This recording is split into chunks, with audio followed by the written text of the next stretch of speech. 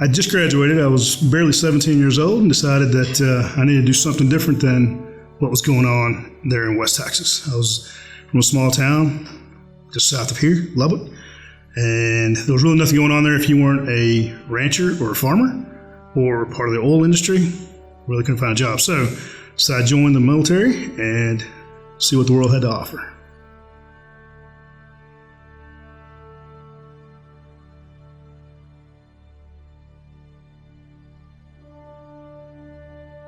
My relationship with my family was never strained at all. They didn't want me to join just because they knew I was going to be gone. And they didn't want to lose me as far as, being gone away from Texas or away from our hometown or whatever. But they've always been proud of me. They were proud of me when I joined. They were proud when I graduated from boot camp, as well as any submarine that I went to, as well as, going through the ranks. I was pretty quick going through the ranks, so they were really happy about that as well.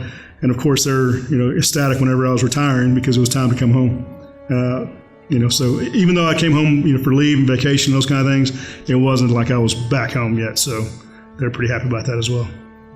So I'll tell you that whenever I described to them that I was going to become the chief of the boat the very first time, which was probably my 16-year mark, they were extremely excited about it, but they had no idea what that meant. So I had to explain to them what that meant, as well as, what my job was on the submarine and who I worked for and those kind of some of the actions that I had to take on submarines. So they were very happy about it. They were, extremely proud because the reality is I was a senior enlisted on board. I worked directly for the captain, and that made them really happy and proud of, where I've gotten. So the first year was pretty tough. It was pretty tough. I was actually stationed up in Connecticut once I graduated from boot camp in Illinois, which was pretty cold, February. And then I went up to Connecticut, which was also cold. Wasn't used to it, being out here from West Texas. The weather was not as bad as it is over there. The year was tough. There was a lot of electronics education that I had no previous experience with, so it was a pretty tough year. So that's actually what I was learning. I was learning about submarines when I was in Connecticut. That's actually supposed to be the birthplace of submarines. Almost every submarine that joins the Navy goes to Connecticut, so at least for some time anyway. So the transition was really good. I mean, I learned what I needed to as far as schoolwork went, and then I went to my first submarine, and it was nothing like what they taught me. So my longest period of being underwater without coming back up was 103 days. This was back in '91 when the first Gulf War started. We were actually deployed prior to the start, and then once it started, we got messages saying that we were not coming back for a while. So it was a long 103 days of not coming back up. But we dealt with it. So I'd been at almost my 25-year point, and I got a phone call from home. My mom says my dad was sick, and he wasn't doing well, and was probably going to pass, within a little while. So I had just gotten orders to another submarine to go be the command master chief of the submarine, and I was pretty excited about it. A lot of folks were counting on me to go take that submarine, so I had to make some tough phone calls. Tough decisions. I decided that it was better for me to go ahead and retire, go back to Texas, and spend time with my dad. Those in charge of the submarines were not happy that I was leaving.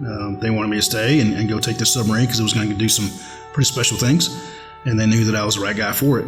But I knew that it was time to go home because it was time for me to spend some time with my family. And luckily, I got home, I had my dad for 3 more years before he passed, so I wouldn't trade that for anything. So I came home without a job. That was pretty tough. I was actually making quite a bit of money in the military before I retired, and I came back to Texas without a job, knowing that, God would provide. I ended up getting my first job with Texas Tech in November of 2012, and I started at $13.85 an hour as an IT desktop support guy. That was tough. But again, God did provide, and we made it through.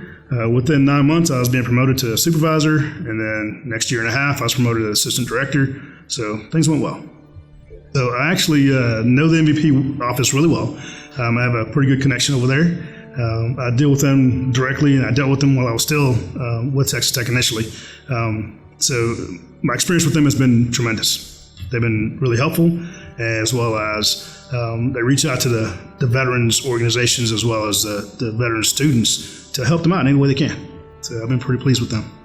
So if they're getting out of the military and they don't have any prior experience as far as schoolwork goes or any kind of credits or any of that, I would direct them directly to MVP, and that's where they should get started, because there is some paperwork that needs to happen in order for them to start using their Montgomery Job Bill or the Hazelwood grant, those kind of things. But they're definitely going to be an asset to them if they go to the MVP office.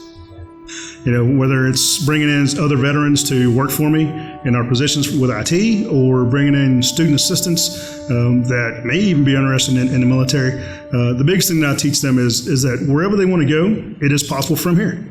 So work hard, get your schoolwork done, and again, once you graduate, anything is possible. You just got to set your mind to it.